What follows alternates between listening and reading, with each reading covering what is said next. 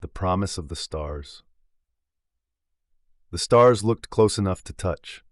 From the command deck of the Dauntless, Captain Hale stood before the panoramic viewport as the first human terraforming fleet slid into orbit around the barren world below. The planet's surface was a tapestry of rust-colored deserts and cracked stone, without a single cloud in its pale sky. To the untrained eye, it was nothing but another dead rock circling an unremarkable sun. To Hale, and to the millions of people watching the live feed across Earth and her colonies, it was the first step toward humanity's destiny. "All systems nominal," reported Navigation Officer Quan, his voice a mix of discipline and awe. "Orbital insertion complete. Terraformer arrays on the Genesis and Morning Light report ready status." From the viewport's edge, the massive shadow of the Genesis drifted into view. A leviathan of human engineering, bristling with kilometer-long atmospheric processors and surface impact pods. It was not a warship, but its scale rivaled anything the military had ever fielded. Following in its wake, the Morning Light carried millions of tons of engineered microbes, genetically altered plant seeds, and self-assembling habitat cores. "This is history," Hale said softly, almost to himself.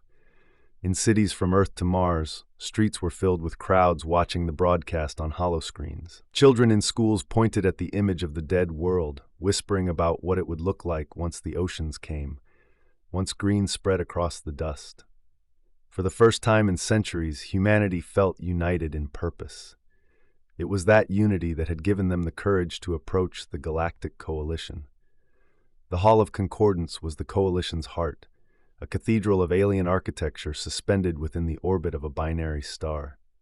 Walls of semi-transparent crystal pulsed faintly, as if alive, with veins of golden light threading through their surfaces. Delegates from over 400 member civilizations moved through its vast chambers, each accompanied by hovering translator drones. Ambassador Lucien Ward stood at the human delegation's podium, flanked by aides and envoys. The coalition crest shimmered in the air above the central dais, a ring of linked emblems, one for each member race. For now, humanity's emblem was missing. "Ambassador Ward," the presiding speaker began, its voice a resonant chord of 3 tones that the translators softened into speech. "We have reviewed your petition for provisional membership. The committee acknowledges your species' remarkable progress. However," Ward tensed. He could hear the unspoken "but" hanging like a blade. "We find that your civilization does not yet meet the behavioral stability thresholds required for admission. Your recent history is marked by internal warfare, resource conflicts, and territorial aggression.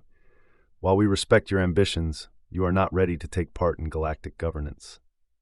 A murmur rippled through the assembly. Ward glanced at his aides, pale faces, downcast eyes. He knew that arguing here, in front of the coalition, would only feed the perception of humans as impulsive and volatile. The speaker continued, almost with sympathy. "We encourage you to continue your development, to build stability within your own systems, and to learn the values of cooperation that we hold dear. In time, perhaps, we will revisit your application." Ward forced a measured nod. "We thank the committee for its consideration," he said through clenched teeth. The formalities ended, and the human delegation filed out of the chamber. Behind them, alien eyes followed, some curious, some mocking, and some, disturbingly, calculating. Back aboard the Dauntless, Captain Hale received the verdict in a short, encrypted transmission. The bridge crew read it in silence. No one spoke for several seconds. "So," Quan said finally, "we build our worlds without them." Hale's gaze lingered on the rust-colored planet below. "We always did," he said. "The only difference now is we know where we stand." Above the dead world, the Genesis fired its first atmosphere-seeding arrays. Great arcs of silver dust spilled downward, streaking through the thin air like comet tails. The process had begun. Humanity had been told it was not ready for the stars. The stars, Hale thought, had better be ready for humanity. The first fire. The colony of New Horizon had been alive for only 9 years. 9 years since the Horizon Dawn landed on a world no one had thought worth claiming.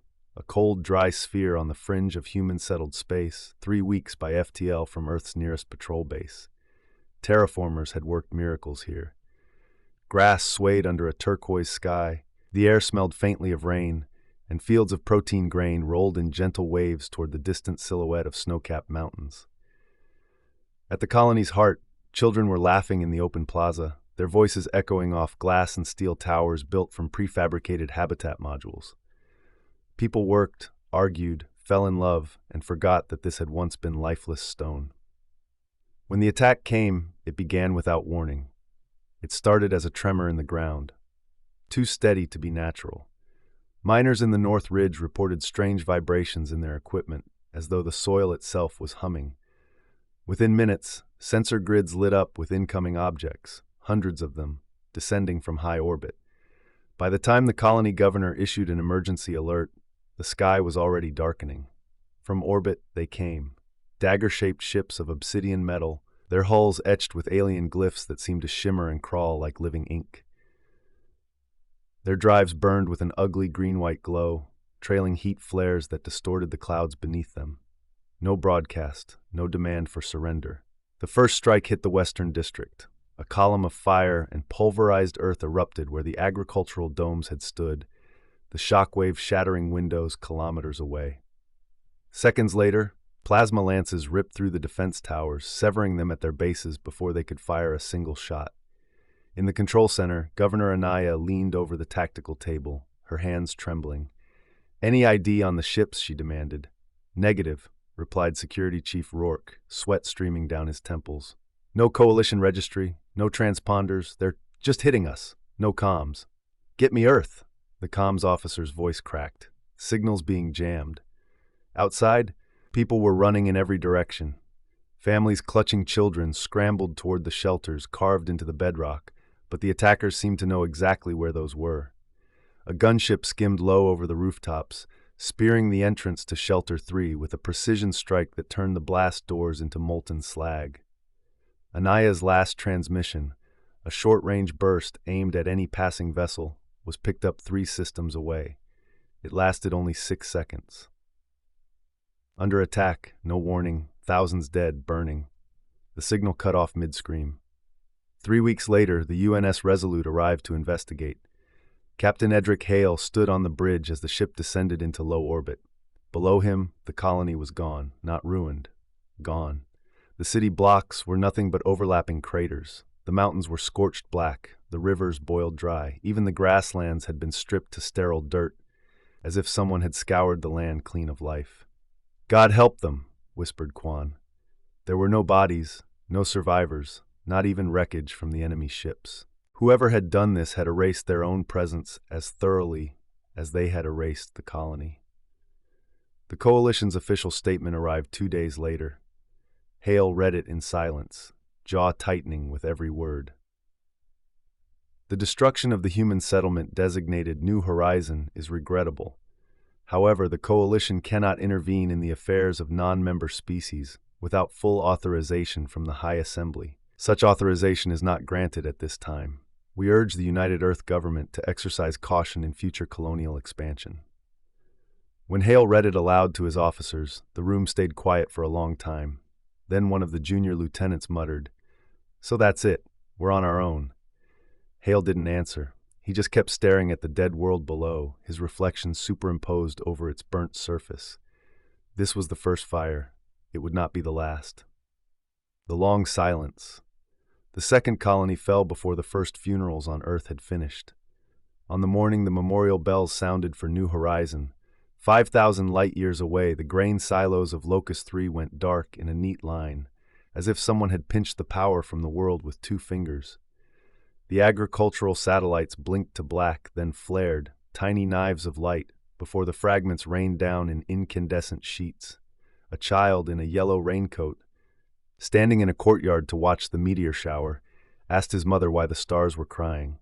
The recording ended in static. Requests for coalition intervention multiplied. So did the replies.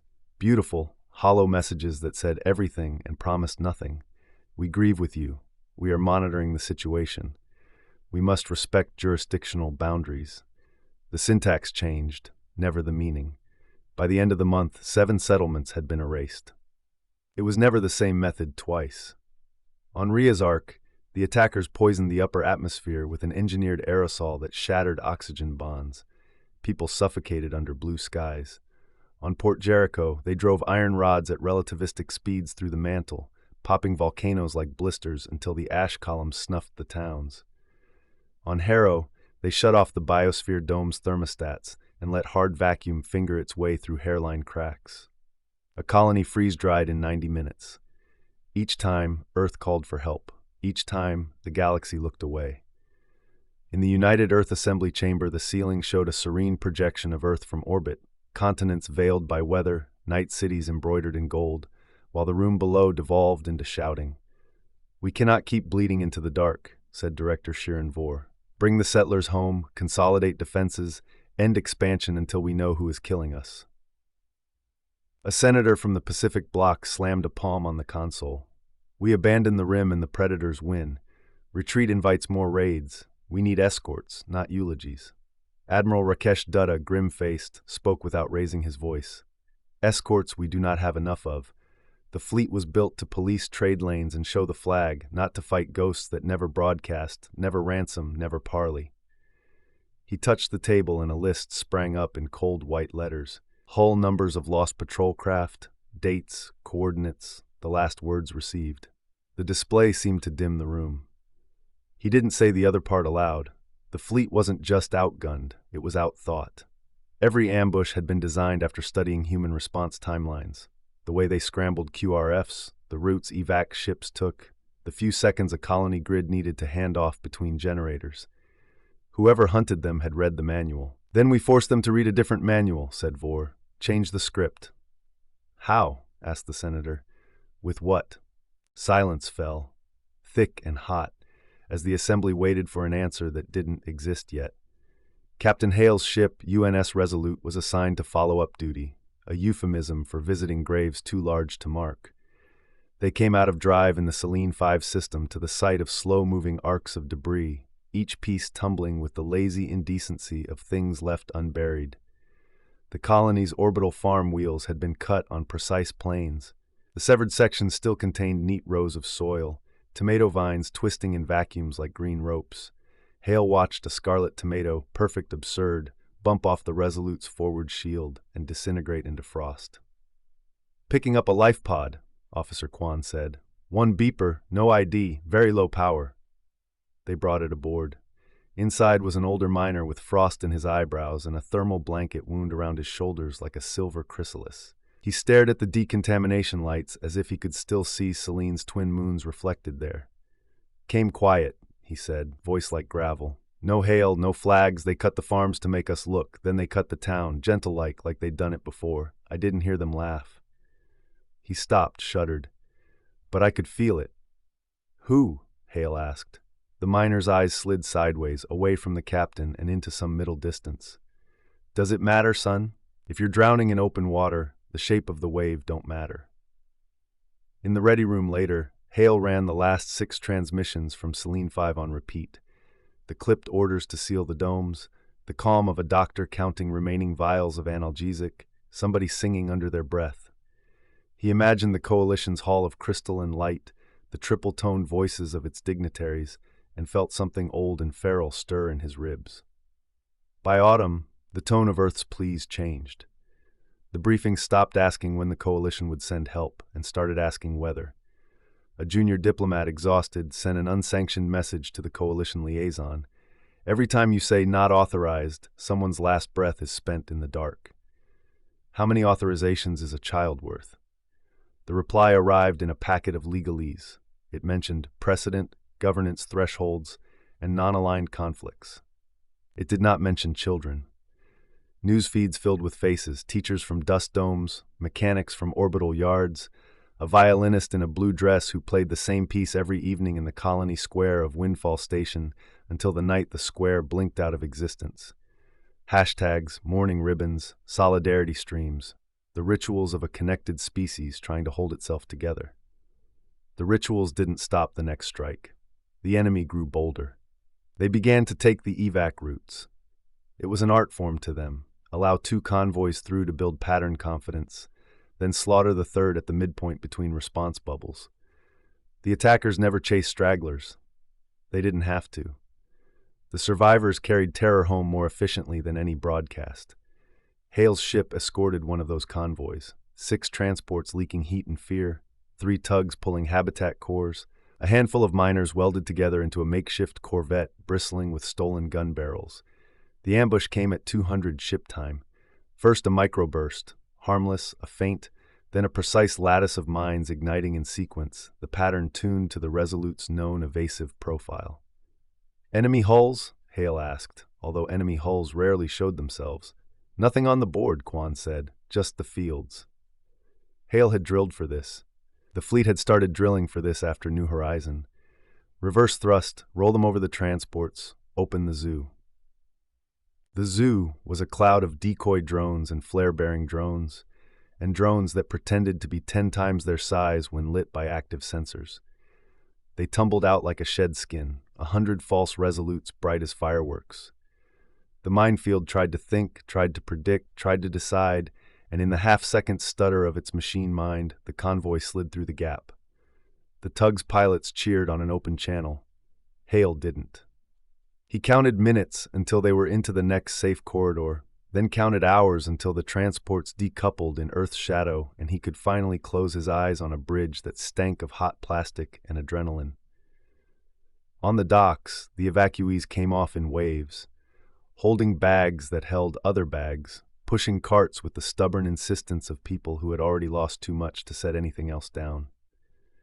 A little girl in a foil blanket asked Hale if the stars were always that loud. He lied to her kindly.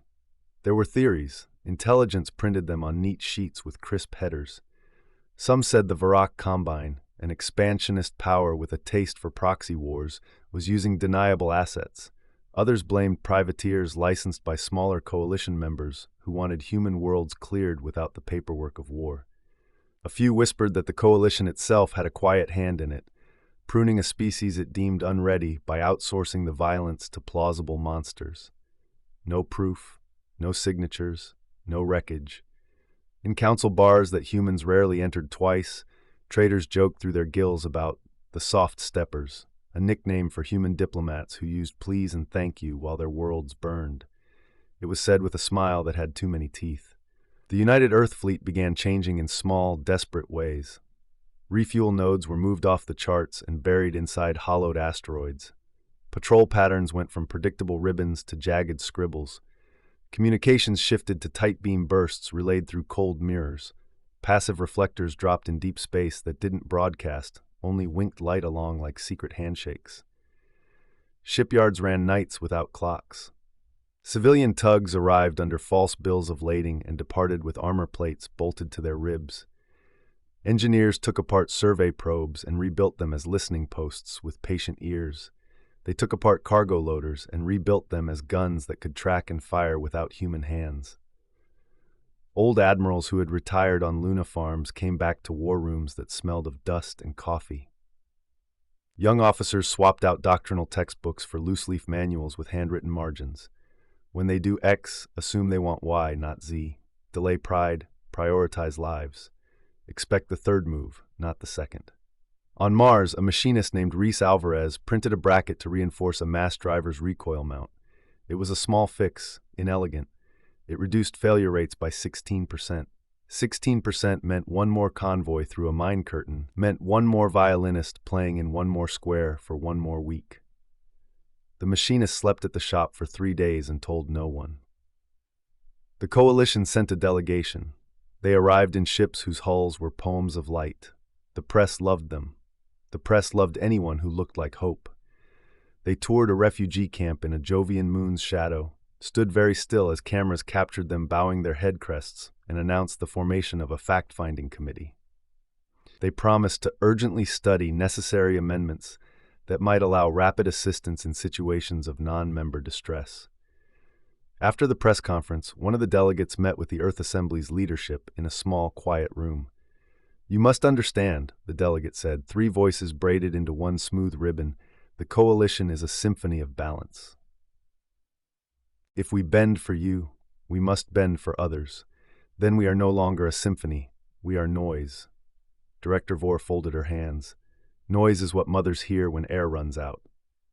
We will accelerate the committee, the delegate said, with the mild offense of someone who felt their metaphor mishandled. When? Procedures are clear. When? Vor repeated. The delegate did not say a date. The long silence acquired a timestamp anyway. Hale took the Resolute out beyond the mapped lanes, farther each mission, to the places where star fields thickened like spilled salt. He listened. Sometimes he thought he could hear the enemy's breath, the subtle Doppler of a drive signature just at the edge of detectability, the careful placement of a decoy to herd a convoy toward a choke point it wouldn't survive.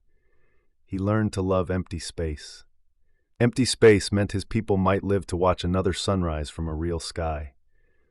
On the 30th day of the 13th mission, he stood alone at the viewport and decided he would no longer send situation reports that asked for help.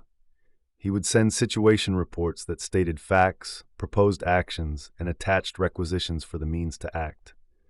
If no help was coming, then the words had to change shape. He drafted the first of those new reports that night. It began. Recommend cessation of further rimward expansion effective immediately. Recommend phased withdrawal of all non-critical colonial assets to core. Recommend construction of hardened defense layers at 20, 35, and 50 AU with overlapping fields of fire. Recommend fielding of stealth reconnaissance craft to identify hostile staging areas. Recommend we stop asking who will save us. He hovered over the last sentence a long time before he sent it. He didn't know if he was permitted to recommend philosophy. He sent it anyway. The order came 3 weeks later, signed by the Assembly and stamped by the fleet. Consolidate. It was one word long in the public feed. Inside the encrypted channel to ships and governors, it was paragraphs of coordinates, timetables, and contingency trees that split into thinner and thinner branches until the choices were hair-fine. You could get lost in those branches and never find daylight. You could also walk them like tightrope and bring your people home. Across the rim, colonial governors read the order with tears on their tongues. Some cried from relief, some cried from rage. A few sent back short messages that read like prayers or curses. It was hard to tell which. The convoys formed. The lights went out on the far maps. The long silence stopped being a condition and became a plan. Earth dimmed its windows. The shipyards burned white. Humanity turned toward its core and began to build a wall no one could see yet. And somewhere in the dark between the stars, the hunters paused, just for a breath, at the sensation of a change in the water. The prey was turning, the retreat. The order came through fleet channels at 300 Sol standard, consolidate. No rhetoric, no ceremony, just the single-word directive that would redraw humanity's place in the galaxy. Across the rim, in cold mining towns and frontier farms, in hydroponic towers and algae refineries, it was the sound of finality. Every colonial governor knew what it meant. Pack up, shut down, and bring your people home, or leave them to die when the hunters came. The convoys form in the Perseus Arm, at the farthest edge of human settlement. The UNS Valiant took point on a retreat column. 17 transports, 12 freighters, and one aging hospital ship lumbered in a tight wedge formation, their drives flickering with strain. Behind them, station crews dismantled what they could, power cores, AI servers, weapon batteries, and detonated the rest. The explosions lit up the black like silent fireworks. Watching from the bridge, Captain Merrick felt the guilt settle in his gut. "We're burning history," he murmured. "Better we burn it than they use it against us," replied his XO. Her tone was practical, but her eyes didn't leave the destruction until the last flare guttered out. The hunters arrive. The retreat was never clean. Convoy Bravo 6 was halfway to its next jump point when the enemy came. Fast, sharp vectors knifing through the dark. Sensors caught them as brief drive signatures, too quick to lock. Moments later, mines unfolded in the convoy's path, each one the size of a man's torso, but with enough charge to peel a freighter open like a fruit. Hard burn. All ships, follow the Valiant. Deploy countermeasures. Drone swarms spilled from the convoy's flanks, scattering flares and chaff in brilliant blooms. The Valiant's point defense turrets spoke in quick, angry bursts, picking off the closest threats. Still, a cargo hauler took a hit amidships. Air and frozen debris vented in a single luminous cloud. Merrick didn't slow. He couldn't. The hauler's captain had already sealed bulkheads and was screaming for the others to keep going. Scorched systems, not every outpost could be evacuated. Some were too far, others lacked enough working transports. For them, the retreat meant self-destruction. On Ymir Station, the last 10 technicians moved through silent halls with demolition charges strapped to their backs.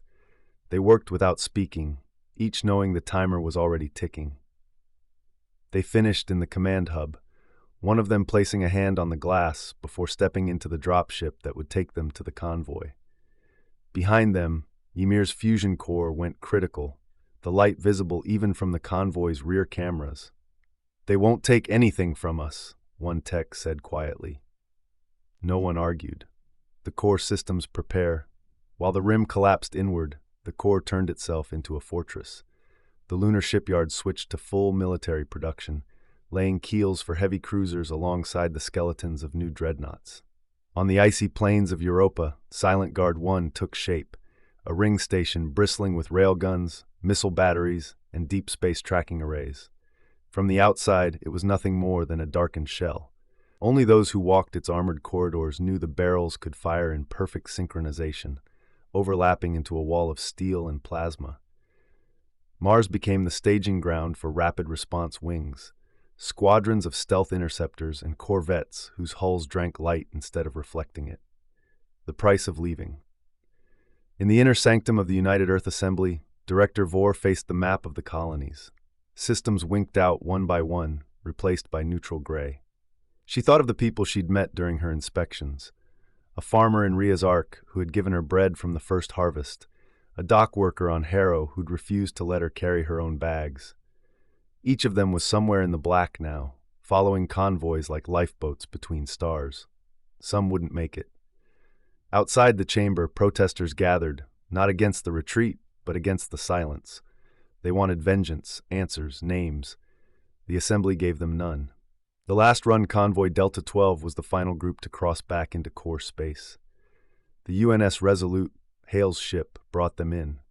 It had been a long, tense run from the frontier. They'd lost 2 freighters to sudden strikes and almost lost the hospital ship to a mine net. As the fleet passed the perimeter beacon marking the outer defense line, Hale watched the relief ripple through the crews in the open comm channels. Laughter, weeping, shouts of home. But his own gaze stayed fixed on the dark beyond the beacon. The hunters were still out there, and sooner or later, they'd come knocking on the walls humanity was building. When the last convoy docked at Luna, the gates closed. Trade routes to non-core systems were severed. The galaxy had ignored humanity's cries. Now humanity would return the silence and prepare for the day it would be broken. Fortress Earth. The gates to the Sol system closed with the quiet efficiency of a well-planned ambush. No announcement, no fireworks. Just a sudden tightening of patrol grids and the final, clipped acknowledgement from traffic control. Non-core travel suspended. Authorization revoked for all outbound civilian traffic. From that moment, the Sol system was no longer an open crossroads of commerce. It was a vault, and every day that followed was spent making sure nothing could break it open. The new border. It began with the Silent Guard, a tri-layered defense network stretching from the asteroid belt to the Kuiper fringe. Silent Guard 1 circled Europa's orbit, its matte black hull blending with the void. Beneath its armor, a spiderweb of railgun barrels lay dormant until the order came, capable of firing solid tungsten slugs at 14 kilometers per second. Silent Guard 2 was stationed in the outer belt, hidden in the shadow of Ceres. It was a missile fortress, stocked with enough nuclear and kinetic payloads to gut a fleet. Its targeting AI had a simple doctrine: nothing leaves alive. Silent Guard 3 floated far out in the Kuiper, half buried in a hollowed-out planetoid. Its purpose was simple: see them coming. Its telescopes could track a drive flare at 30 light hours, its quantum comms snapping the alert back to Earth before an enemy even knew they'd been spotted. The orbital ring Earth itself was crowned with something new, an orbital ring, 200,000 kilometers of interconnected platforms, habitats, and launch bays. Officially, it was called the Terran Defense Ring, but to the crews that worked it, it was the Halo. Civilian eyes saw habitat modules and solar collectors. What they didn't see were the concealed weapon ports hidden between the trusses, the launch cradles for interceptor drones, or the pulse beam turrets slaved to a battle AI running in deep, cold data cores on Luna. At any given time, at least 1/4 of the halo's length was dark, running without external lights or emissions, the better to fool enemy recon. Mars, the Forge. Mars became the beating heart of military production. Its skies filled with the silver scaffolds of orbital shipyards, cradling the hulls of half-finished cruisers and carriers. Surface cities ran 26-hour shifts, hammering out the armor plates, reactor cores, and weapon mounts that would feed those scaffolds. The Martian Defense Council authorized Black Docket projects, designs the Coalition had outlawed centuries ago.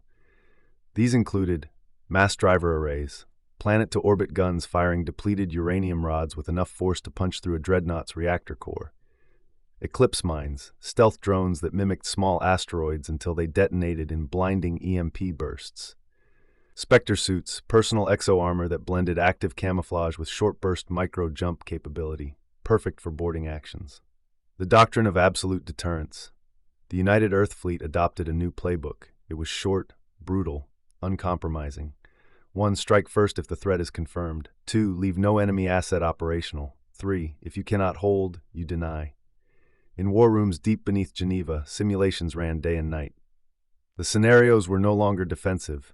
Now they were preemptive, aimed at crippling any fleet that so much as drifted too close to the core. Admiral Rakesh Dutta summed it up to a gathering of captains. Our enemies must believe that to touch Earth is to sign their own death warrant. Ghost fleets. Somewhere in the shipyards, far from public eyes, old civilian freighters were given new lives. Their cargo holds became missile bays, their container stacks housing drone racks and stealth comm arrays. These ghost fleets were scattered to deep patrol routes in the Oort cloud, their transponders silent, their drives cold until the alarm was sounded. Their crews lived in silence for months at a time, eating freeze-dried meals in ships where even a dropped wrench was a security risk. They were the tripwire, no medals, no broadcasts, just the knowledge that if the enemy came, they'd be the first to shoot and the first to die. Life inside the fortress. For the average citizen, life tightened, travel permits became scarce. The easy flow of exotic imports slowed to a trickle. Every port, station, and shipyard bristled with inspections, security drones drifting like watchful sharks. But there was also a change in tone, less bickering between Earth's political blocs, more shared purpose. The words "never again" appeared painted on docking bays, etched into the hulls of ships, printed on ration boxes. Children in Luna schools learned evacuation drills alongside their math lessons. The enemy watches beyond the walls of Seoul. Someone was watching. Long-range probes caught faint signs, drive flashes that never came closer, encrypted signals bouncing between dead worlds, the shimmer of cloaked hulls at the edges of sensor range. The hunters hadn't gone away. They were patient, studying. But for the first time, humanity wasn't just waiting to be attacked. They were preparing to be the ones who struck first. By the end of the first year of isolation, the Sol system no longer looked like the open, eager hub it once had. It looked like the mouth of a cannon, and somewhere deep in the vaults beneath the halo, engineers were already drafting the weapons that would fire it. The new doctrine. The doctrine of absolute deterrence wasn't printed on glossy paper or projected in the assembly chamber for the public to applaud. It was a file marked "Eyes Only," and it began with a single sentence. No hostile force shall leave a human engagement zone alive. The war games begin. The first test of the new doctrine took place in the Black Gulf between Neptune and the Kuiper Fringe. The UNS Resolute was one of 20 ships chosen for Operation Irontide, a war game designed to simulate the kind of full-spectrum assault the hunters might bring to Sol's doorstep. Instead of friendly cruisers acting as the enemy, the exercise used retired coalition warships purchased years earlier for research. They were gutted of their original AI and refitted with stripped-down battle computers. These ships would fight hard, with no handicap, and unlike in coalition war games, any damage they took was real. The simulated attack began with a deep jump insertion of 6 hostile cruisers, each escorted by drone frigates. In the old days, Earth's fleet would have formed a defensive wall, holding the line until reinforcements arrived. Now, under the new doctrine, They did something very different. Vector for intercept. Break into kill wings, Hale ordered from the Resolute's command chair. 3 wings detached, each pairing a destroyer with a corvette. They swung wide, vanishing into the dark, while the main battle group kept its lights and shields bright to draw the enemy in. At precisely 43 seconds into contact range, the flanking wings lit their drives, surging out of the shadows at full burn. The kill was clinical. The destroyers ripped the drone screen apart with linked particle lances, while the corvettes cut into the cruisers' blind arcs with missile spreads designed to overload their defensive grids. The exercise's enemy ships never had a chance to regroup. From first shot to final kill, the battle lasted 4 minutes and 29 seconds. Under the old doctrine, that would have been considered impossible. The Assembly watches back in the secure hollow chamber beneath Geneva. The United Earth Assembly watched the battle play out in real-time feeds from every ship. Director Shirin Vor spoke first. 4 minutes to total destruction. Minimal friendly losses. This is the difference between waiting to be struck and ensuring the strike never lands. Some members nodded, others looked troubled. The speed, the ruthlessness, it was the kind of thing that would make the coalition label humanity dangerous. Vor knew that. She didn't care. Drills without warning. In the months following Iron Tide, live-fire drills became a constant rhythm. Civilian populations were evacuated from moons and stations without notice. Then the fleet would stage surprise assaults on their own defenses, forcing every crew to be ready without warning. The Halo's weapons crews learned to rotate shifts without gaps, every gun manned at all times. Silent guard stations practiced launching full salvos in under 15 seconds from cold standby. On Mars, shipyard crews competed to beat their own repair records, refitting a battle-damaged cruiser in days instead of weeks. The political edge. When word of the new doctrine leaked, because nothing that decisive stayed secret forever, the coalition's reaction was swift. An encrypted message from the Council of Stability reached Earth's diplomats. Your posture invites escalation. Deterrence can become provocation. The galaxy is not prepared for this level of aggression from a species so new to the stars. Earth's reply was shorter. We were not prepared to watch our colonies die. Prepare for us. The hunters take note. Whether through spies or intercepted comms, the enemy learned of the doctrine. Signs of their presence along the outer perimeter became less frequent, their probes more cautious. No direct engagement occurred, but fleet intelligence reported that the hunter signature clusters were spreading further apart, as if the enemy were avoiding the new kill zones entirely. It was working, at least for now. The doctrine's hidden clause. What the public didn't know, what even most fleet captains didn't see, was the doctrine's Clause 9. If a hostile entity's origin is confirmed, the United Earth Fleet reserves the right to carry out total infrastructure denial within that entity's home system. In plain terms, not just the fleet, not just the bases, everything. It was this clause that made even the hardline admirals hesitate when they read it. But after New Horizons, Selene 5, and all the others, no one erased it. The next step wouldn't be a drill. It would be the first test of Clause 9, and it was closer than anyone wanted to admit. Ghost fleets. They didn't look like warships. That was the point. From a distance, the Horizon's Grace was just another bulk freighter, her hull weathered with decades of simulated micrometeorite scarring, her transponder broadcasting a legitimate cargo registry from the days before the retreat. Even her wake signature had been tuned to mimic the lazy, uneven output of a ship with a half-worn drive core. But inside her cargo holds, there were no crates of grain or ore. There were 48 vertical missile cells disguised as shipping containers, and a crew that had been handpicked not for their rank, but for their willingness to vanish into deep space without contact for months at a time. Life in the dark. Captain Elias Rourke's voice carried low and steady as he briefed his people in the dim glow of the wardroom. Remember, we are not a hammer. We are a knife. We don't announce ourselves, we don't linger, and we don't get caught. The Grace is a ghost. That means if someone sees us before we choose, we've already failed. The crew didn't nod or cheer. Ghost Fleet crews didn't waste gestures on ceremony.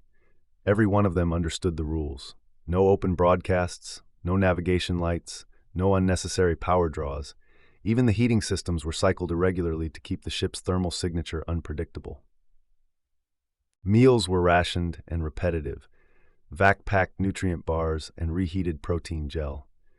The engineers joked they'd start naming the flavors after the moons of Jupiter, if only to feel like the monotony had a map.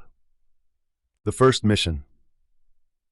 The Grace's first assignment took her 40 light hours beyond the Kuiper fringe into a corridor fleet intelligence had flagged as a probable staging ground for Hunter reconnaissance craft. They coasted cold for 2 weeks, letting the enemy come to them. It was hard, empty work, sitting in the dark while the sensors whispered their quiet stream of readings. Crew members drifted into a rhythm of silent patrols, diagnostic checks, and short, clipped conversations over low-power intercoms.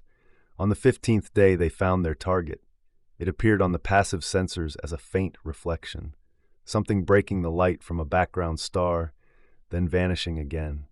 The shape was wrong for an asteroid, too sharp-edged, too precise in its movement.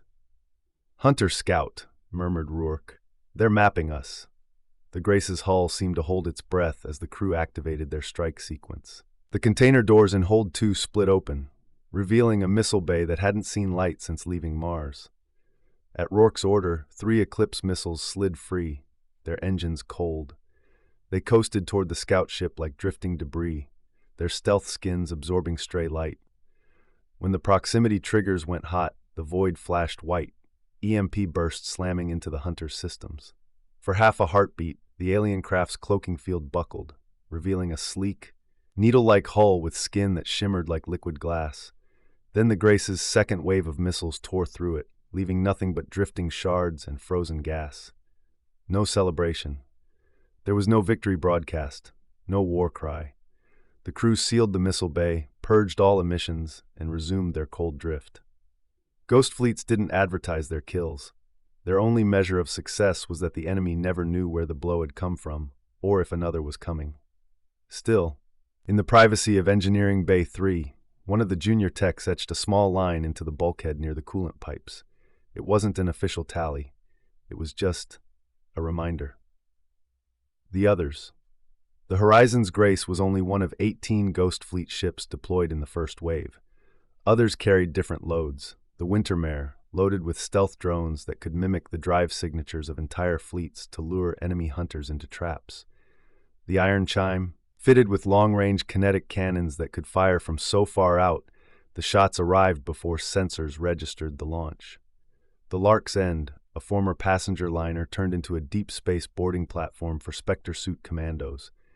Each operated alone, without support, and often without knowledge of the other's missions. The message in the shadows. Over the next 6 months, reports trickled back to Fleet Command, not through open channels, but through encrypted bursts bounced off cold mirrors and relayed by couriers. The Ghost Fleets had erased 37 Hunter craft, disrupted at least 4 suspected staging operations, and left no trace that could tie the kills to Saul. Admiral Dutta read the compiled reports in the war room and allowed himself a rare smile. "They'll start wondering if their ships are breaking down," he said quietly. "That's how we want it. Not fear, doubt. But the Hunters adapt." In the 7th month, a Ghost Fleet ship didn't come home. The Shadow Mare went dark after reporting possible contact near the Farvale Nebula. No debris was found, no distress signal recorded. Fleet analysts speculated the Hunters were beginning to suspect the invisible war being waged against them. The Ghost Fleet captains received a new standing order: assume the enemy is hunting the Hunter. Back in the dockyards of Mars, fresh freighters were already being gutted, their civilian skins ready to hide new teeth. The Ghost Fleets would continue to grow, because when the next war came, the opening blow would come from ships no one ever saw coming. Weapons of the Black Vault. The Black Vault wasn't a building. It was a network of facilities buried so deep in rock and ice that no orbital scan could find them, strung across Mars, Luna, and the Belt. Each one was sealed behind blast doors 3 meters thick, with airlocks big enough to swallow an armored dropship. Inside, the air hummed with the sound of machines forging things no coalition treaty would ever allow. The Mandate, When the order came down to begin Black Vault operations, it carried no qualifiers, no cautionary phrases. The directive was stamped in red and signed by the United Earth Assembly itself. Build what must be built. Use what must be used. There will be no limitations. That clarity of purpose changed everything. Scientists and engineers who once danced around political oversight now worked with unshackled speed. Prototypes that would have languished for decades in safety reviews rolled off assembly lines in months. The Arsenal mass driver arrays. On the dark side of Luna, a trench 2 kilometers long housed the first operational mass driver batteries. Each could hurl a 10-ton tungsten slug at near relativistic speeds, capable of piercing a battleship's reactor core before its shields could react. Firing one was like swinging a sledgehammer at a gnat. There would be nothing left to recover. Singularity charges. Developed in a lab beneath Olympus Mons, these were contained micro-black holes designed to last just long enough to devour a target before evaporating. They were small enough to fit in a missile warhead, large enough to collapse a cruiser's entire midsection into nothingness. Eclipse Mine's stealth drones designed to look and drift like space debris. When triggered, they detonated in an electromagnetic burst that could blind every sensor and fry every circuit within 100 kilometers, the perfect opening for a kill strike.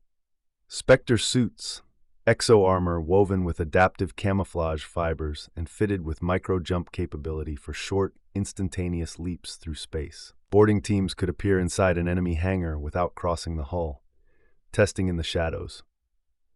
Every weapon in the vault was tested, and testing meant destruction.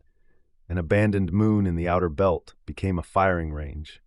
Mass driver shots slammed through its crust, carving new craters into its face. Spectre-suited Marines boarded derelict freighters, neutralizing automated defense drones in seconds.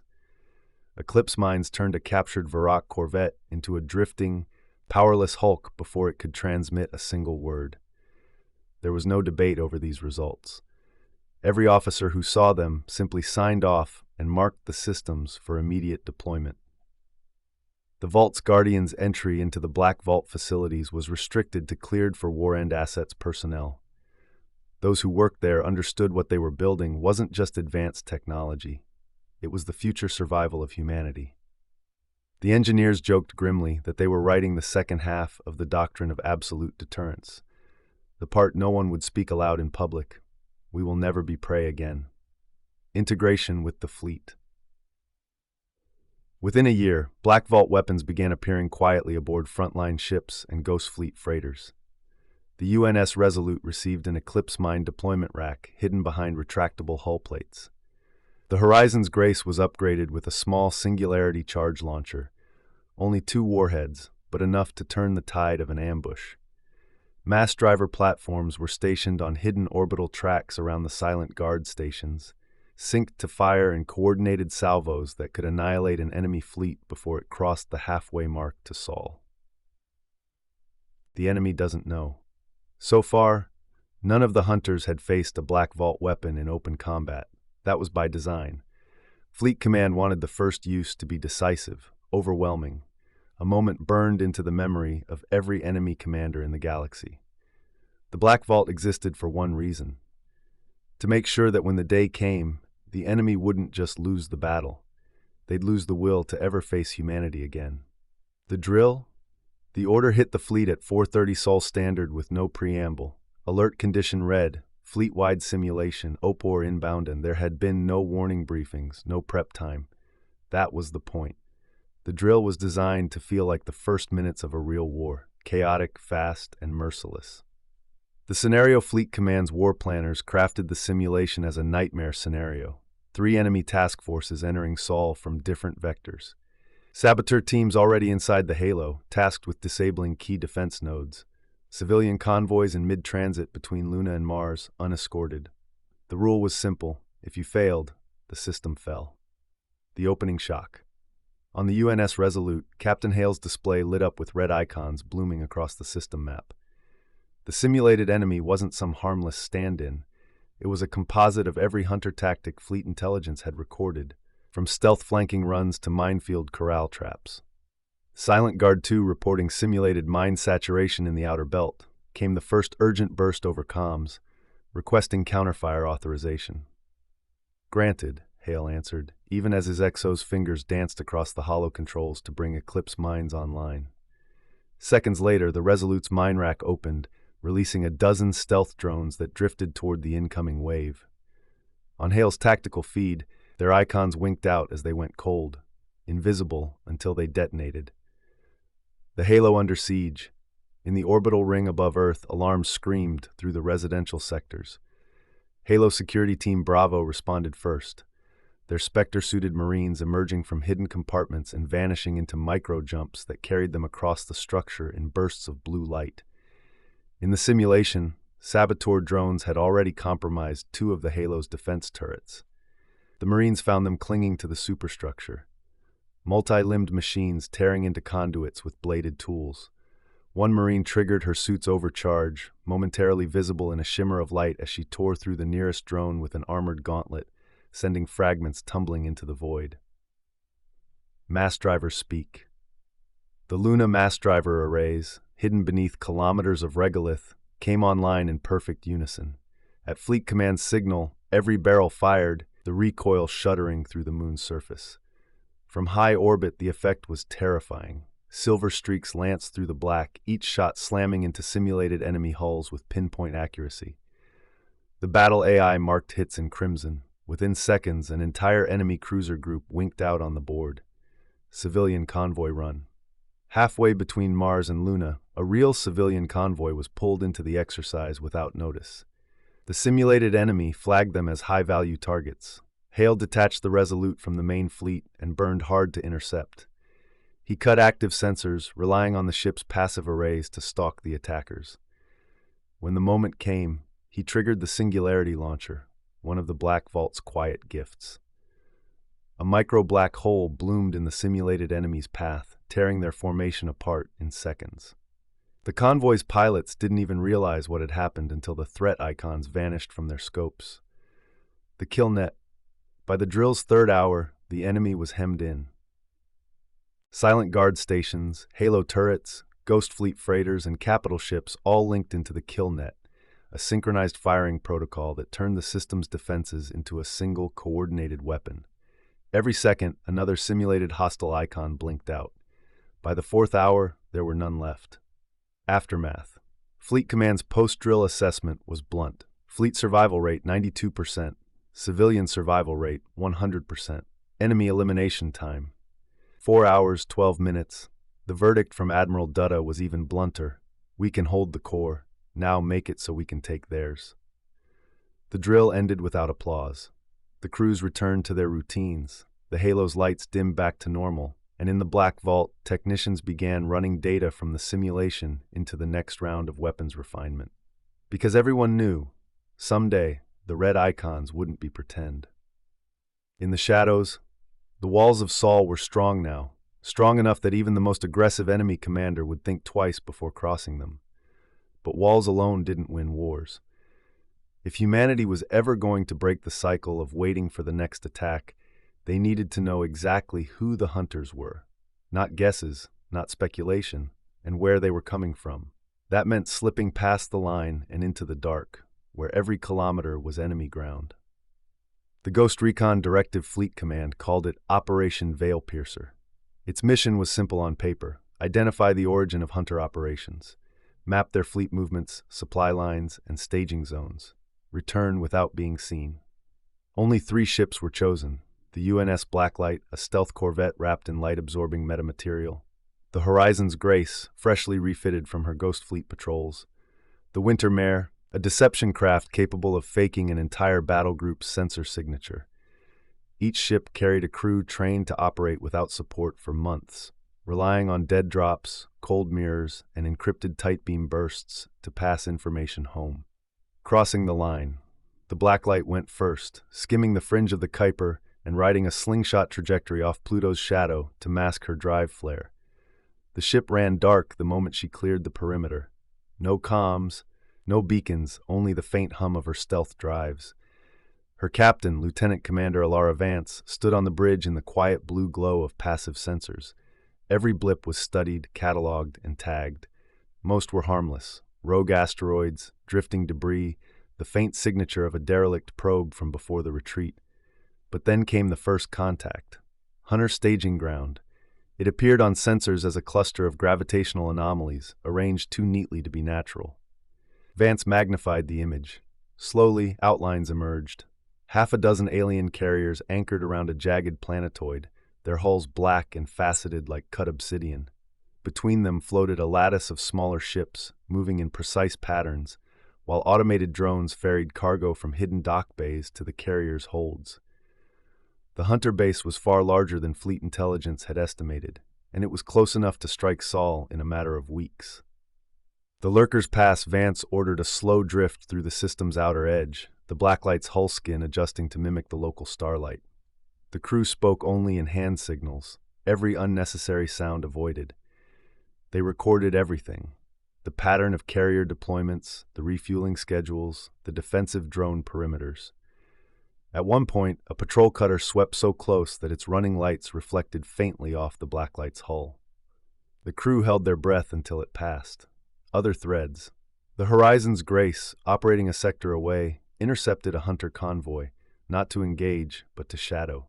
For 6 days, Rourke's crew followed the enemy ships through uncharted systems, watching as they rendezvoused with supply haulers from yet another unknown origin point. The Winter Mare played a different game. It projected the sensor profile of a massive human fleet deep in hostile space, drawing Hunter patrols away from real recon craft.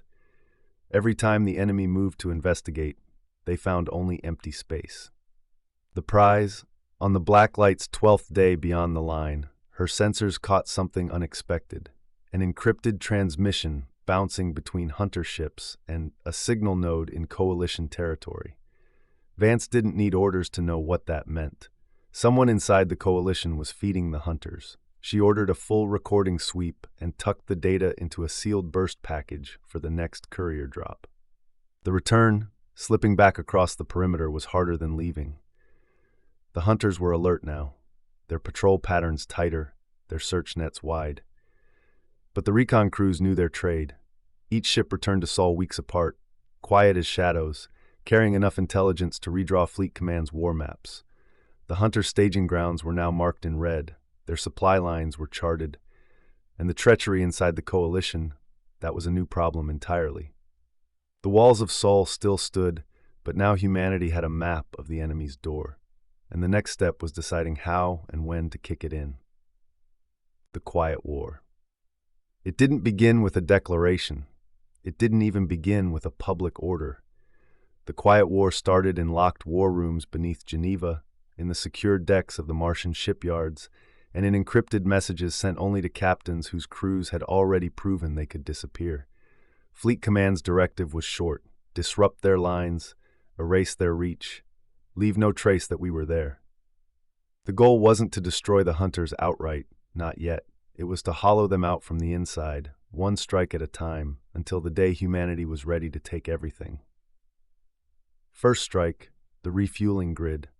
The UNS Blacklight was sent back beyond the line, this time with teeth. Her target, a Hunter refueling node hidden in the rings of a gas giant. The station was a spindly lattice of docking arms and storage tanks, bristling with defensive drones. In the old days, this would have been a fleet action.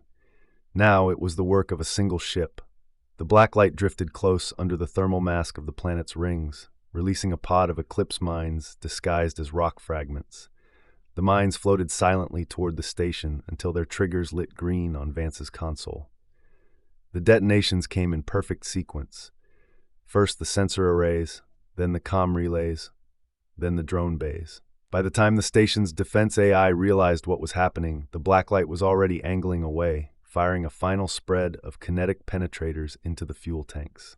There was no transmission, no recorded attackers. To the Hunters, it would look like a freak accident, until it happened again somewhere else. Ghost Fleet Gambit. In another sector, the Horizon's Grace intercepted a Hunter convoy carrying raw materials to a shipyard. Rourke didn't attack the convoy itself. Instead, his crew shadowed it for 4 days, mapping its exact route and sending the data to the Winter Mare. The Winter Mare jumped in ahead of the convoy's arrival, seeding the route with disguised singularity charges hidden among asteroid fields. When the convoy entered the belt, each asteroid came alive in a flash of warped light, tearing the freighters open from bow to stern.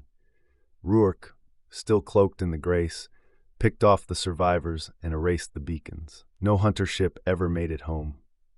Sabotage in the shipyard's Operation Veilpiercer's recon had revealed the location of one of the hunter's secondary shipyards, a sprawling framework built into the skeleton of a hollow moon. The Iron Chime, a Ghost Fleet kinetic platform, took up position just outside the system's sensor envelope. Over the course of 36 hours, her crew used mass driver cannons to lob inert projectiles at the yard's structural weak points. The shots were spaced far enough apart to seem random, an occasional meteor strike, but each impact severed a critical joint or destroyed a pressure-sealed bay or knocked a half-assembled warship from its moorings. By the end of the second day, the entire structure collapsed into the moon's gravity well. The hunters would find the wreckage, but they'd never trace the shots. The coalition problem. The most delicate operation wasn't against the hunters at all. It was against the node in coalition territory that had been caught sending encrypted traffic to hunter ships. Officially, Earth couldn't touch it without risking open war with the coalition. Unofficially, Fleet Command assigned it to the Spectre Corps. 2 stealth frigates inserted a 12 Marine team in Spectre suits directly into the station's cargo intake bay. They moved like shadows through the maintenance decks, planting a quantum burn charge in the comm relay core. When the Marines exfiltrated, the charge erased the relay so thoroughly that no one could prove there had ever been one there. The station's governor would call it a freak cascade failure. Fleet Command would call it one less traitor feeding the enemy. Ripples in the dark. Within 6 months, hunter movements began to change. Convoys doubled their escorts. Patrol patterns grew erratic.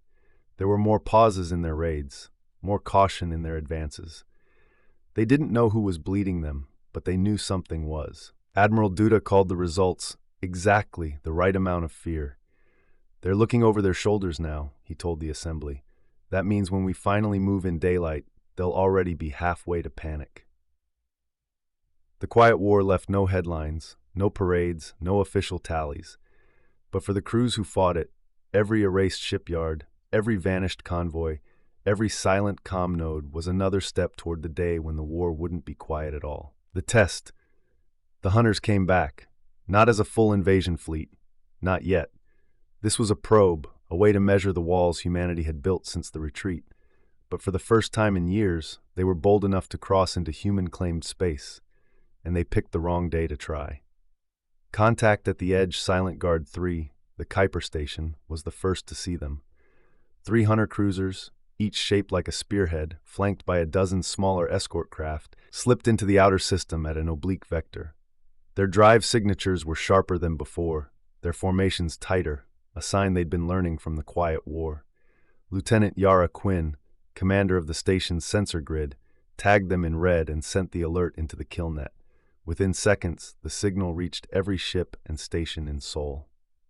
Admiral Dutta's call. In the deep command room beneath Geneva, the lights shifted to combat amber. Admiral Rakesh Dutta leaned over the holotable, the hunter formation projected in midair before him. "They want to see what we can do," he said. "Fine, show them." He didn't issue a measured response or send out a token defense force. The doctrine was clear. No hostile leaves alive. The trap springs from concealed orbits in the outer belt. A squadron of Ghost Fleet freighters powered up their hidden racks. Eclipse mines drifted into the hunter's path, masked by cold gas vents that mimicked comet trails.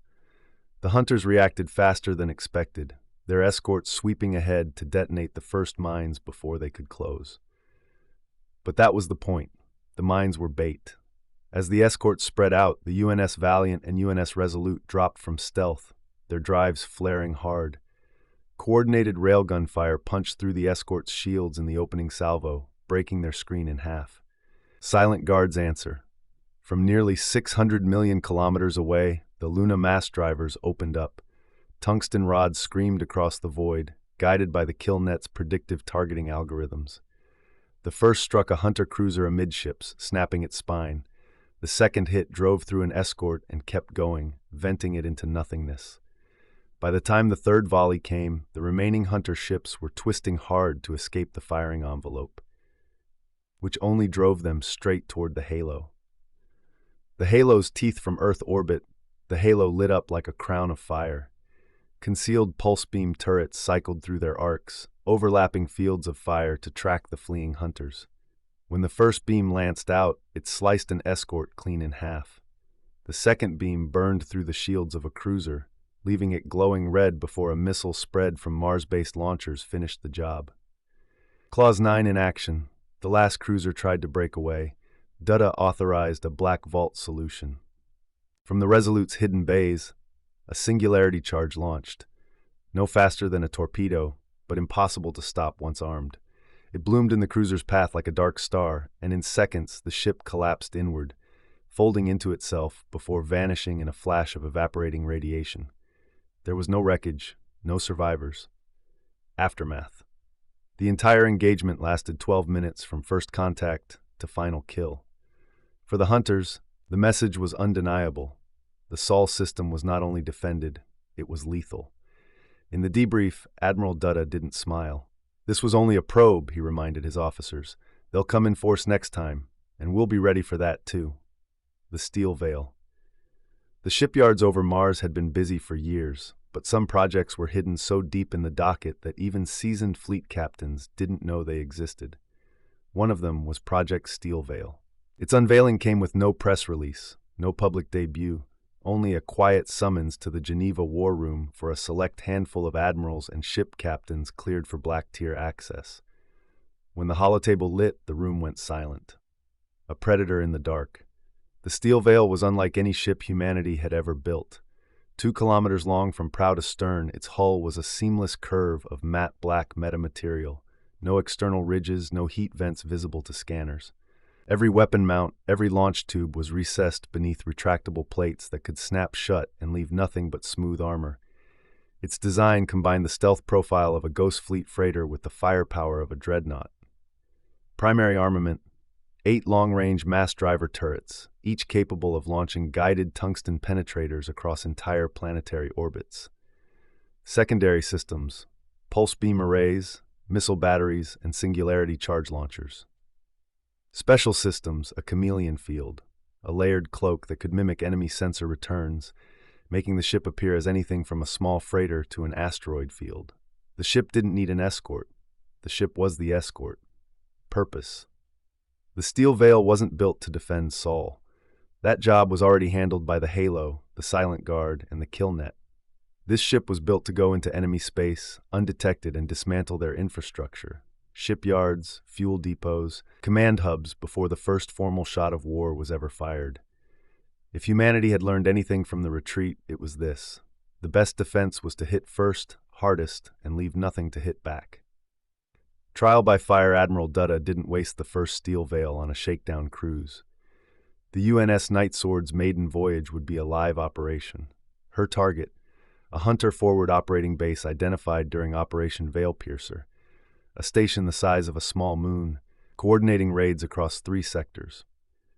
The Night Sword emerged from FTL at the system's edge, coasting dark toward the base. Her chameleon field made her look like a drifting ore hauler on enemy scans. At 30,000 kilometers, her weapons bays opened. The first salvo of mass driver rounds struck the station's comm arrays before alarms could sound. The second volley gutted its drone hangars. Then the singularity charges went in, collapsing entire sections of the station into glowing debris. The whole strike took 9 minutes. The Night Sword was already vanishing into the black before the first Hunter response ships arrived. Fleet integration. 3 more Steel Veils rolled out of the Martian shipyards over the next 18 months. UNS Shadow Lance, UNS Eclipse Fang, UNS Void Harrow. Each was assigned to a different vector beyond Sol, paired with Ghost Fleet reconnaissance to pick targets and coordinate precision strikes. The doctrine was simple: spread them far, hit without warning, and never let the enemy know how many existed. Effect on the Hunters. Within 6 months of the first Steel Veil deployment, Hunter staging operations in 2 sectors went dark. Their convoys rerouted along slower, less efficient paths. Some of their outer bases were abandoned without a fight, likely because the enemy feared they'd already been marked for destruction. And still, no hunter had ever laid eyes on a steel veil and lived to report it. When Admiral Dutta addressed the assembly after the Night Sword's return, he kept his words short. We no longer wait for them to come to us. Now, they wait to see if we're coming for them. The Council's unease. The Galactic Coalition's Grand Hall had stood for over 5,000 years. Its vaulted crystal ceilings had witnessed the rise and fall of empires, the signing of peace accords, and the slow, careful balancing of power between its member species. But the session called on this day was different. The screens on the chamber's curved walls were filled with a single emblem, the crest of the United Earth Fleet, accompanied by images and reports no one in the Council could ignore. The reports. In the last 3 months, human ships had appeared in half a dozen sectors, far from Sol. Not as invaders, but as defenders. On the agrarian world of Varan, human Steel Veil warships had intercepted a hunter raiding force before the local militia could even scramble. In under 10 minutes, the attackers were reduced to drifting debris. On the Coalition border station Tassara Prime, human Spectre Corps Marines had boarded in full view of its security forces to neutralize saboteurs, and then left without asking for payment or recognition. In the gas-harvesting fields of Auric, a human Ghost Fleet freighter had quietly eliminated a hunter convoy targeting civilian tankers, then departed before the survivors even knew who had saved them. Every witness account told the same story. Humans arrived without warning, struck with overwhelming force, and left as quickly as they came.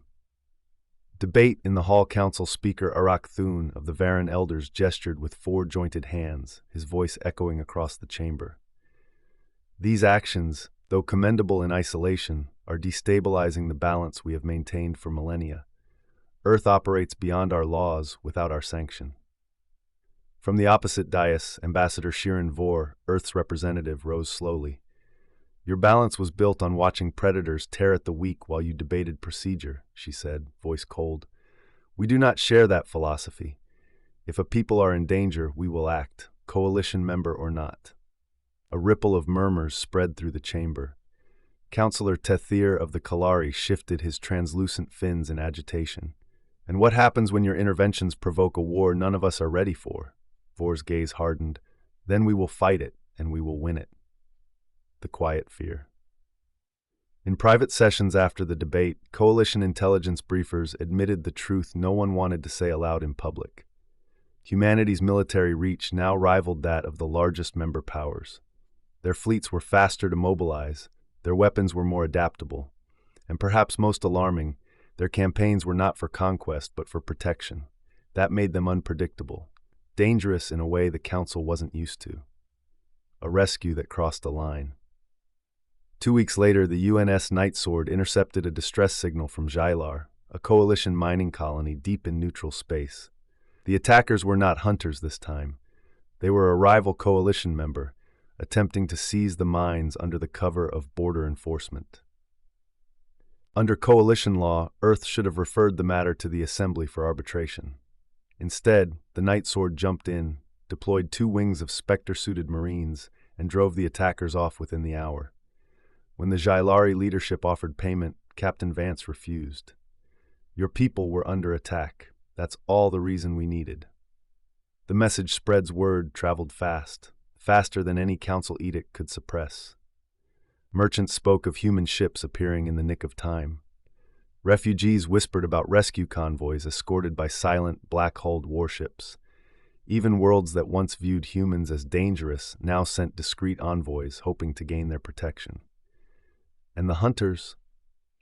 The hunters were losing ground, not because of any coalition campaign, but because humanity's shadow war had begun pushing them back in every sector they touched. The Council's dilemma. In the High Assembly's secure chamber, Council Speaker Arak Thun summed it up in a single sentence. They are doing what we should have done centuries ago, and they are doing it better than we could now. Some saw that as a reason to finally invite Earth into the coalition. Others saw it as a reason to consider them the next great threat. Earth didn't wait for the decision.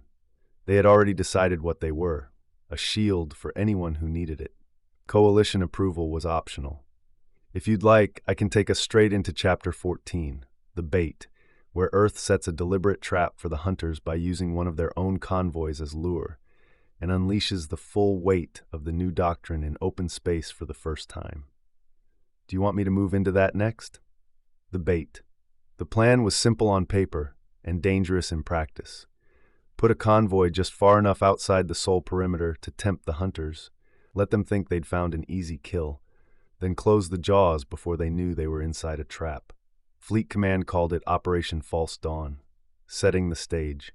The convoy was real, a dozen freighters, 2 tugs, and a medical transport. Their cargo was valuable enough to draw attention, refined titanium plates and reactor cores bound for Mars. What the hunters wouldn't know was that every freighter was armed. Beneath false hull panels sat concealed missile pods, point defense turrets, and the newest generation of Black Vault railguns scaled for merchant hulls. In the shadow of the asteroid cluster known as Cinder's Crown, 3 Steel Veil warships waited: UNS Nightsword, UNS Shadowlance, UNS Eclipse Fang. Their drives were cold, their hulls dark, their profiles masked to read like drifting rocks on any scan. The Bite. The hunters came on the 3rd day, 2 cruisers and 6 escorts approaching from opposite flanks. From the convoy's bridge feeds, their shapes were like blades cutting through starlight. No hails, no demands for surrender. They accelerated straight into attack vectors. Captain Rourke, commanding the disguised freighter Horizon's Grace, kept his voice calm over the convoy channel. Maintain formation, shields to 20%, make it look good. Springing the trap. At the moment the hunters crossed into optimal range, Rourke keyed his mic once. The response was immediate. The asteroid shadows shifted as 3 massive shapes emerged. The Steel Veil ships powering up in unison, their hulls shedding the cloaking shimmer like a predator stepping out of tall grass. The Nightsword fired first, a spread of singularity charges that blossomed into black suns amid the hunter formation. 1 escort vanished instantly. Another spun out of control, venting plasma before it broke apart. The Shadowlance's mass drivers came next, each shot slamming into a cruiser's midsection with enough force to rupture armor like paper.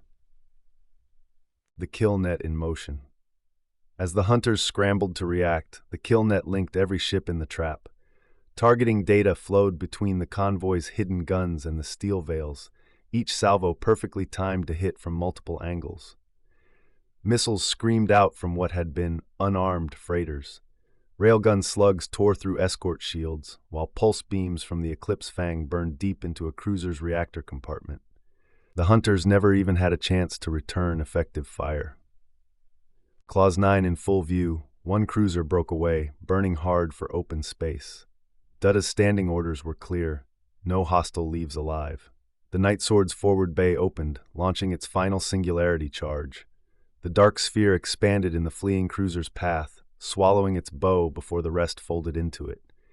The sphere winked out, leaving only drifting particles. There would be nothing for the hunters to salvage, not even wreckage to study. Aftermath.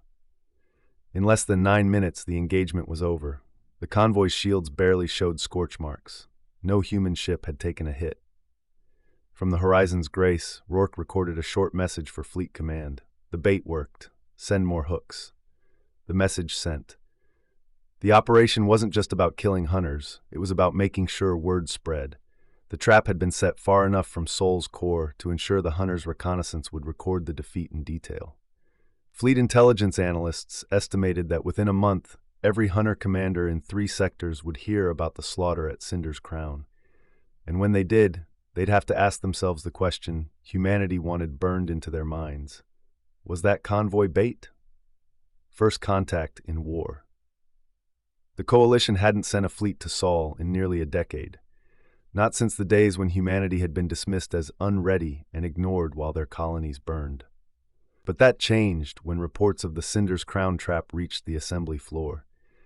To the Coalition's old guard, it wasn't a victory. It was a threat. Arrival at the Wall 12 Coalition warships translated into real space just outside the Silent Guard perimeter. Sleek, high-polished hulls in ceremonial colors, drives burning steady instead of cold and masked. They came openly, broadcasting their identification codes and a formal request for parley. Admiral Rakesh Dutta watched them from the Halo's command gallery, hands clasped behind his back. "They came to warn us," he said, "and to see if they should fear us." The inspection demand at the Geneva Assembly Chamber, the coalition delegation's leader, Councillor Tethir of the Kalari, wasted no time. "Your forces now operate far beyond your borders," Tethir said, his translucent fins twitching with each word. "You have engaged in military action against hostile and member states alike without authorization. We require immediate inspection of your fleets and facilities to ensure compliance with interstellar law." Ambassador Shirin Vor didn't flinch.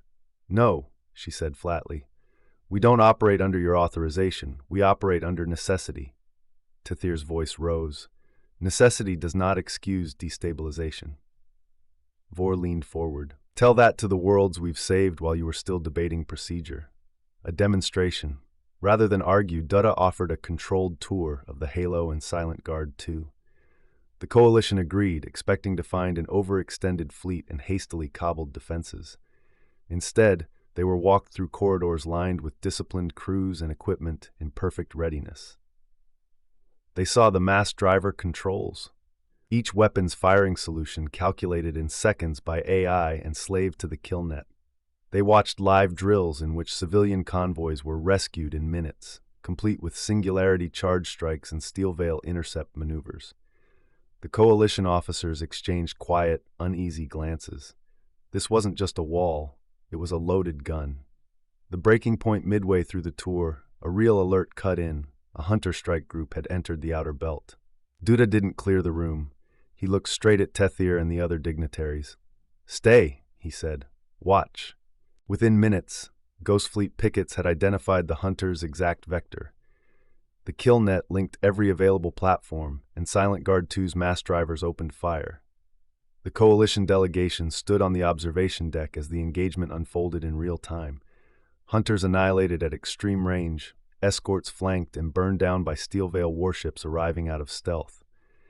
The entire fight lasted 11 minutes. No human losses. No hunter survivors. After the smoke Tethir spoke first, his tone subdued. "You could destabilize the entire sector." Vor answered without hesitation. "We could also hold it together. The difference is in who's willing to act." Unspoken realization.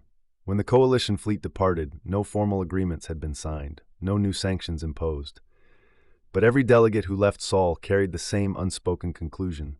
Humanity could not be controlled, and if they chose to protect someone, nothing in the galaxy could stop them from doing it. The forge burns hot from orbit. Mars looked like it was on fire, not from war, but from the glow of shipyard scaffolds and reactor stacks burning day and night, their light bleeding into the thin atmosphere like molten rivers. The hunter's probe at the Silent Guard had made one thing clear. The real assault was coming, and when it did, humanity intended to meet it with overwhelming force. Shipyards without sleep.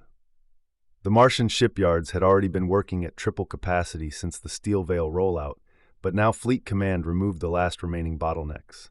Civilian fabrication lines were commandeered. Mining haulers in the belt were diverted to carry bulk materials. Orbital cranes swung constantly, laying keels for destroyers and frigates while massive slipways birthed the next steel veil hulls. Every dockside engineer knew the schedule wasn't months anymore. It was weeks. There were no night shifts, just rotating crews keeping the forges burning without pause. Weapons by the thousands, Black Vault weapon production surged alongside ship construction.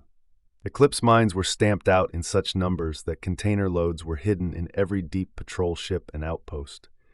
Mass driver rods were manufactured from solid tungsten cobalt composites, each one precision balanced to keep its trajectory within a fraction of a meter over millions of kilometers. Singularity charges were still the most complex to build, but assembly lines in Luna's buried bunkers doubled their output. Each warhead triple-checked by crews who understood there was no room for error. The Spectre Corps Expands Spectre suit production hit a new milestone, and for the first time, entire Marine battalions were equipped with them. Training grounds carved into the canyons of Valles Marineris hosted full-scale boarding simulations, complete with live-fire drills against automated drone defenders. Marine instructors drilled into recruits a simple truth. We're the last thing they'll see before they die. Make sure it's quick and make sure it's clean. The Outer Works Mars wasn't the only forge. Shipyards in the belt, hidden under camouflaged regolith, built smaller, faster craft for deep insertion missions. On Europa, the Silent Guard Station's fabrication arms worked to assemble modular weapons platforms, systems that could be detached, towed into position by tugs, and turned into instant kill zones anywhere in the outer system. Even Titan's methane refineries were repurposed into fuel production hubs for the fleet's stealth corvettes and jump-capable gunships. A different kind of recruitment. The fleet needed more than engineers and marines. It needed crews who could vanish into hostile space for months at a time, men and women comfortable operating without support, without backup, and often without orders.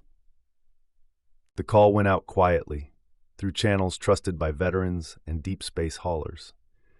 Those who answered weren't motivated by pay or glory. They were motivated by the same fire that had burned since New Horizon, the understanding that no one else was coming to save humanity but humanity itself.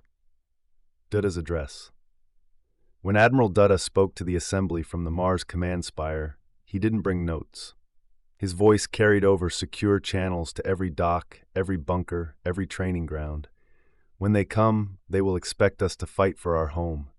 They will not expect that we have built a weapon of war out of our home. Every ship, every mine, every round you build is part of the wall that will break them. And when that wall holds, we will not simply survive. We will decide what happens next. The forges kept burning. The shipyards kept birthing warships. And in the cold between the stars, the hunters were already gathering for the strike they thought would end humanity.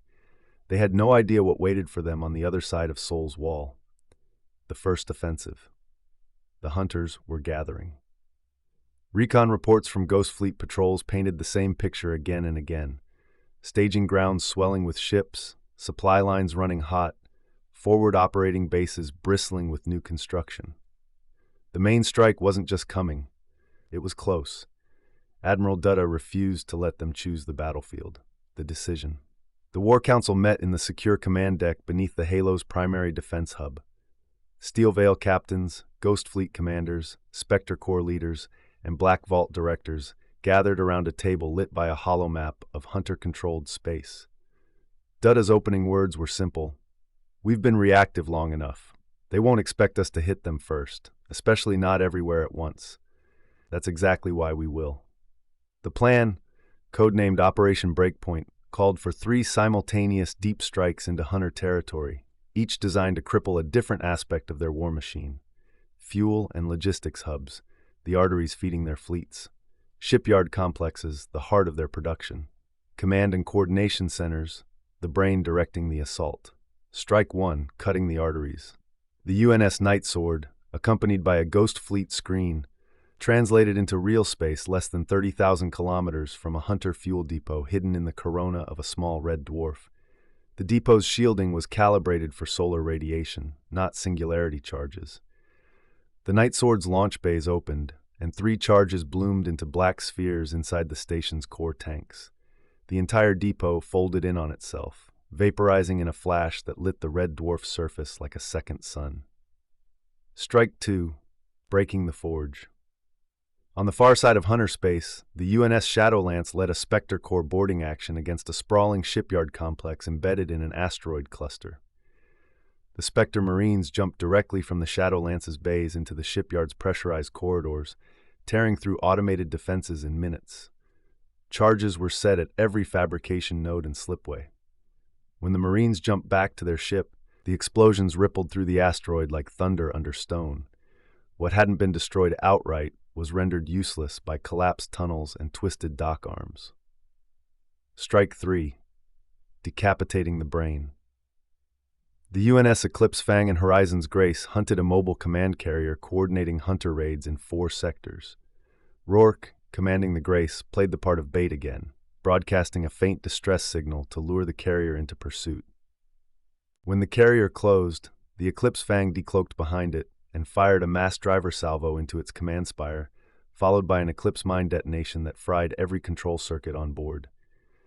With the carrier dead in space, the Grace launched precision railgun fire to finish the job, tearing the Hulk apart piece by piece until the reactor went critical. Coordinated withdrawal. All 3 strikes were timed to exit Hunter space within the same 12-hour window, using overlapping stealth corridors mapped during Operation Veilpiercer. The Hunters scrambled to respond but found nothing but wreckage and fading drive traces. The result? By the time the offensive was over, Hunter fuel reserves in 3 sectors were cut in half. Ship production dropped by an estimated 40%. Fleet coordination in the border sectors collapsed for weeks. For the first time, the Hunters weren't pushing forward. They were pulling back to protect what was left. When the War Council reconvened, Dutta didn't allow for celebration. "This is the start," he said. "We've drawn blood. Now they know we can reach them. Next time we don't just hit them hard, we don't let them get back up." Messages in the void. The strikes of Operation Breakpoint had left the Hunters reeling, but Admiral Dutta knew the shock wouldn't last forever. The next step wasn't just to weaken them, it was to change the political map of the galaxy. That meant sending a message, not through diplomats or negotiations, but in a language every power understood, action backed by the threat of overwhelming force. The broadcast sprang. The message went out over tight beam to known coalition members, neutral powers, independent stations, and even worlds barely capable of spaceflight. It was short, it was clear. "To all powers and peoples, if you are under attack, we will answer your call. If you prey upon the weak, we will find you. If you ally yourself with the Hunters, you will fall with them. We ask for no tribute, we offer no treaties, we give protection freely and vengeance without mercy." Fleet intelligence ensured the Hunters intercepted it too. That part was intentional. Immediate reactions. In the far reaches of the coalition, small member states reacted first. The Avaran freeholds, long abandoned by the coalition after repeated raids, sent an encrypted packet to Earth with their patrol routes and requests for joint operations. The Polari mining syndicates, neutral until now, offered full access to their fuel depots if Earth would guarantee their safety. Even more surprising were the quiet feelers from larger coalition powers, worlds that would never admit publicly they needed help, but who suddenly welcomed joint exercises with human forces.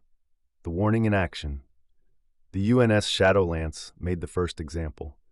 A small coalition border state, Creel, had been covertly selling sensor data on merchant routes to the Hunters.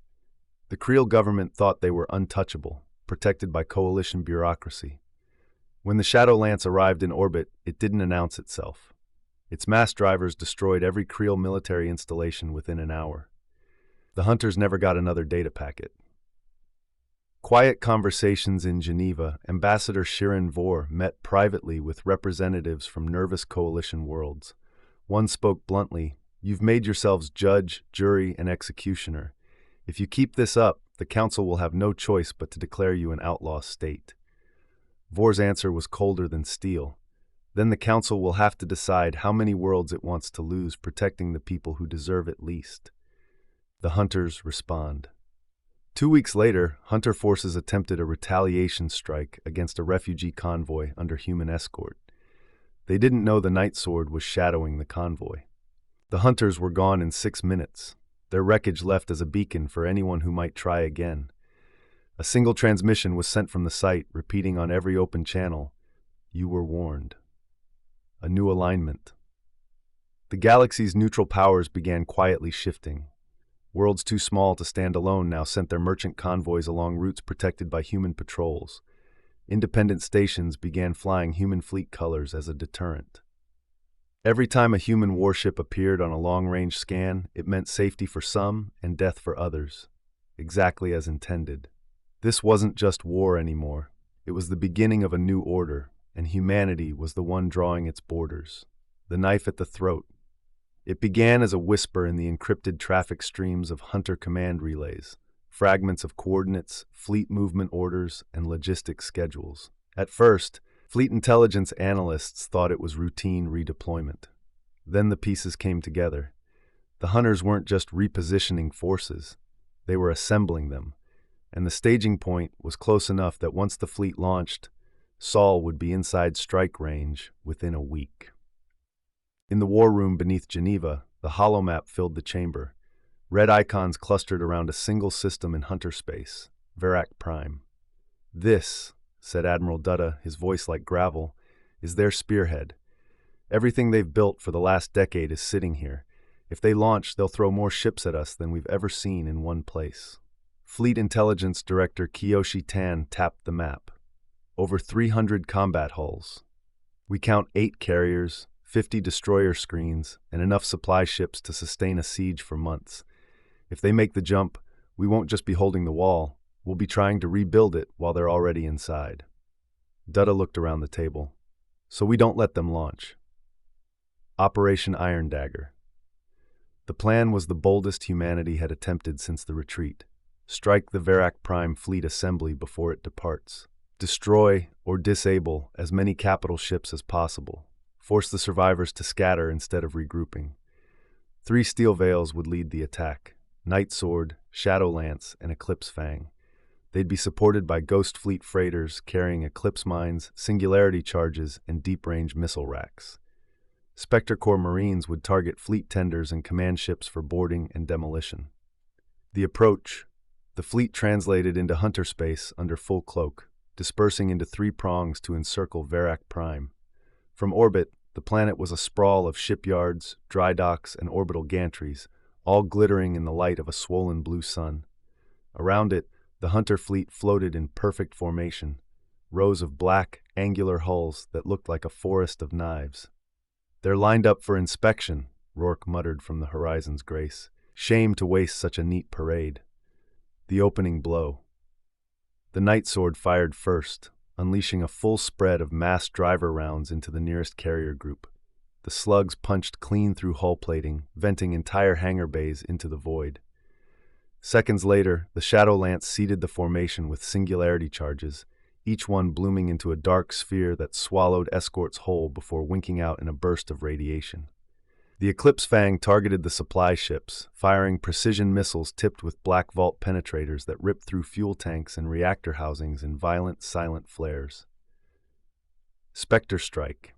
While the main fleet hammered from range, Spectre Corps shuttles leapt from cloak directly onto the hulls of fleet tenders and command ships. The Marines cut through airlocks, cleared corridors in minutes, and planted demolition charges at key structural nodes. In one strike, a tender carrying replacement reactor cores erupted in a chain reaction that tore 3 dock destroyers apart. The break. The hunters scrambled to respond, but the coordination that made their fleet so dangerous evaporated under the onslaught. Without their command ships and supply lines, formations broke apart into defensive clusters. That was exactly what the kill net was designed for. The human fleet shifted targeting priorities in real time, encircling and annihilating each cluster before moving to the next. Withdrawal under fire. Dutta's standing orders were clear: hit them hard, hit them fast, and get out before they could rally. After 42 minutes of continuous engagement, the signal went out. Iron Dagger complete. Break contact. The steel veils and Ghost Fleet ships pulled back under cloak, vanishing into the deep before the hunters could mount a pursuit. The damage done by Fleet Intelligence's estimates: over half the hunter capital fleet was destroyed at Verac Prime. Shipyard capacity was crippled. Supply reserves were gone. The enemy could still fight, but the knife they'd been preparing for Saul had been shattered before it ever left the sheath. Dutta stood at the war room map, watching the red icons of hunter survivors scatter. "This buys us time," he said, "enough to decide whether we wait for them to come again or finish this on our terms." Silent, no more. The Verac Prime strike had shattered the hunters' momentum. Their fleets were scattered, their supply lines in ruins, their shipyards crippled. But Admiral Dutta knew a wounded predator was often more dangerous than a healthy one, and he wasn't about to give them the chance to recover. The time for shadow wars and selective strikes was over. The time had come to finish it. The plan. In the war room aboard the Night Sword, the holomap displayed 3 vast arcs of hunter territory. Every known stronghold, shipyard, and staging ground was marked in red. "Operation Final Light," Dutta began, "is not about taking ground. It's about making sure there's no ground left for them to stand on. When we're done, there won't be a fleet, a dock, or a base left to threaten anyone." The campaign would be launched on every front at once. Steel Veils would spearhead deep strikes into the heart of hunter space. Ghost fleets would sow eclipse mines and singularity charges across retreat corridors and supply lanes. Spectre Corps would board and destroy any remaining command vessels and defense hubs. Silent guard stations for the first time would fire beyond Sol's borders, their mass drivers striking at enemy worlds to ensure nothing could be rebuilt. The launch began with darkness. Every fleet translated into hunter space under cloak, moving in complete radio silence. The first targets were communications arrays. Once those were gone, the hunters couldn't coordinate, couldn't call for reinforcements, couldn't even warn each other where the humans were. The second targets were shipyards. From the hidden bays of Ghost Fleet freighters, singularity charges tore through docked hulls, while Spectre Marines planted demolition packs along dry dock superstructures. By the time the first hunter patrols realized they were under attack, half their infrastructure was already gone. The killing ground. In the Garos Rift, a hunter attempt to rally their remaining capital ships ran headlong into a human ambush. 3 steel veils backed by 2 full destroyer squadrons emerged from cloak inside the formation's outer screen. The kill net lit the void with overlapping fire, mass driver rounds splitting destroyers in 2, pulse beams carving deep scars into carrier hulls.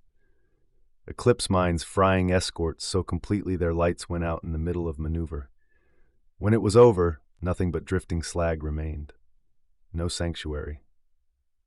For decades, hunter doctrine had relied on dead zones, regions too dangerous for sustained fleet operations where they could hide until the threat passed. Not anymore. Human fleets hunted them into these dark refuges, deploying drones and stealth craft to flush them out before striking from multiple vectors. It didn't matter where they ran, human warships were already there, waiting. The last broadcast. As the final stronghold burned, a single transmission went out across every open channel in hunter space, translated into their language and every coalition dialect. Your war ends here. You will not rebuild. You will not return. Humanity stands watch, and we do not sleep. The words weren't shouted, they didn't need to be. Aftermath. When the campaign ended, the hunters were gone as a power. Survivors fled into deep, uncharted space in small groups, stripped of the ability to mount organized war. Human fleets withdrew from hunter territory, leaving behind only wreckage and warning beacons. Enter here, and you will not return. In the months that followed, the galaxy shifted. Worlds once abandoned by the Coalition now openly flew human fleet colors. Trade routes stabilized under human patrols. Even the Coalition Assembly, grudgingly and with more than a little fear, passed a resolution formally recognizing Earth as a guarantor of security in known space. The closing words. From the balcony of the Halo's central command spire, Admiral Dutta addressed the fleet and every citizen in the Sol system. We were told we were not ready for the stars. We were told to wait, to prove ourselves, to survive long enough to be worthy. We have survived, we have fought, and now we have done more. We have made the stars safer for all who live under them. We are silent no longer, and we will never be prey again. The cheers that followed rolled through the Halo's corridors and into the void beyond, carried on channels across human space. The war was over, but the watch had only just begun.